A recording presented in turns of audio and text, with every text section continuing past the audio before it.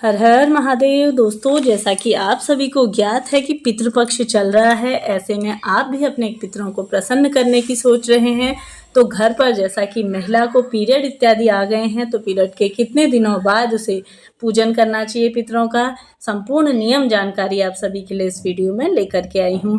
तो जैसा कि आप सभी जानते ही हैं कि पितरों का आशीर्वाद हमारे ऊपर बना रहता है, तो हमारे घर में सभी प्रकार की रोग कष्ट परेशानियां दूर हो जाती हैं। उनका आशीर्वाद हमें प्राप्त होता है तो पुत्र पौत्र, घर में धन संपत्ति हमें प्राप्त होती है। महिला ही जैसा कि घर की केंद्र बिंदु मानी गई है, दोनों पक्ष ससुराल पक्ष और पीहर पक्ष की द्योतक मानी गई है। तो वही अगर पीरियड में हो तो शुद्ध ना हो तो किस प्रकार से पितरों के निवृत्त कार्य किए जाएं। तो जैसा कि 5 दिन अगर आपके पीरियड के हो जाएं तो तभी शास्त्रों में वर्णित है कि आप पितरों के निवृत्त कार्य कर सकते हैं। और साथ ही साथ अगर आप पूर्ण रूप से मासिक स्राव आपका बंद हो जाए तो इसी के बाद आप 5वें दिन के बाद कार्य कर सकते हैं। नहीं तो अपने देश रीति कुल रीति जैसा कि कई जगहों में 6ठे दिन और कई जगहों में 7वें दिन के बाद ही पितरों के कार्य किए जाते हैं, लेकिन शास्त्रों में वर्णित है कि 5वें दिन के बाद आप पितरों के कार्य कर सकते हैं, तभी जब आपका मासिक स्राव बंद हो जाए, पूर्ण रूप से आप शुद्ध हो जाएं। शुद्ध नहीं हो पाते हैं तो 7वें दिन या 6ठे दिन भी आप यह कार्य कर सकते हैं, क्योंकि पितरों के निवृत्त आप सभी को शुद्ध और सात्विक जैसा कि तामसिक चीज़ों को इस दिन आपको सेवन नहीं करना है। और साथ ही साथ इन दिनों आप सभी को मसूर की दाल, लहसुन, प्याज इत्यादि जो भी तामसिक रूप से माने गई हैं जो चीज़ें, उन्हें त्याग कर देना है।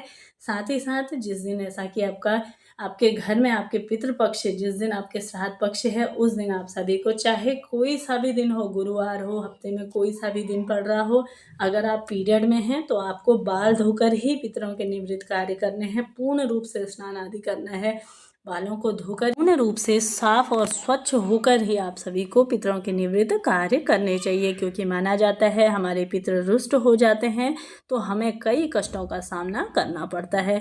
इसके साथ ही साथ जैसा कि इन दिनों आप सभी अपने पितरों के निवृत्त वस्त्रदान, भूदान, गौदान, अन्नदान अवश्य से ही करें, ताकि इसके साथ ही जिस दिन आपके घर में पितरों की तिथि है, अगर आप भोजन इत्यादि नहीं बना पा रहे हैं तो कोई दिक्कत परेशानी है तो कोई बात नहीं, आप सभी सर्वपितृ अमावस्या के दिन यह कार्य कर सकते हैं। अगर आप तिथि में ना कर पाएँ तो उस दिन आप सभी भोजन इत्यादि बना करके आप अपने पितरों के निवृत्त यह कार्य कर सकते हैं। उस दिन अगर आप भोजन ना बना पाएँ तो आप सभी एक समय का सूखा अनाज जैसे कि चावल, आटा, दाल, उसमें दालें रखें, मसाले इत्यादि रखें, और साथ ही साथ वस्त्र स्वरूप में और कुछ भेंट दक्षिणा और फल आप सभी अपने पंडित जी को, योग्य पंडित जी जो आपके हैं, उन्हें अवश्य से ही देना चाहिए।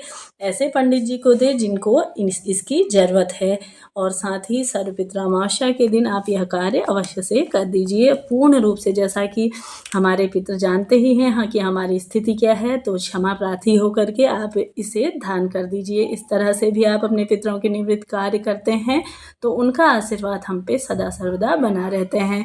हम किस सिचुएशन में हैं, कौन सी कंडीशन है हमारी, तो वह जानते ही हैं। ऐसा नहीं है कि आप नहीं कर पाए तो परेशान हो रहे हो, ऐसा नहीं है। इस तरह से सरल से कार्य करके भी आप अपने पितरों का आशीर्वाद प्राप्त कर सकते हैं। इन दिनों आप सभी जैसा कि गाय के लिए, कुत्ते, स्वान, हंस के लिए, चींटी, कबूतर, इनके लिए भी आप सभी को दाना डालना चाहिए। खीर और पूड़ी बना करके गाय इत्यादि को आप कुत्ते को अवश्य से ही खिलाइए, स्वान, हंस को।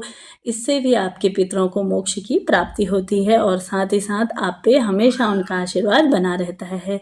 वीडियो यूजुअल रही हो तो वीडियो को लाइक शेयर करें। मिलते हैं नेक्स्ट वीडियो में, तब तक के लिए हर हर महादेव।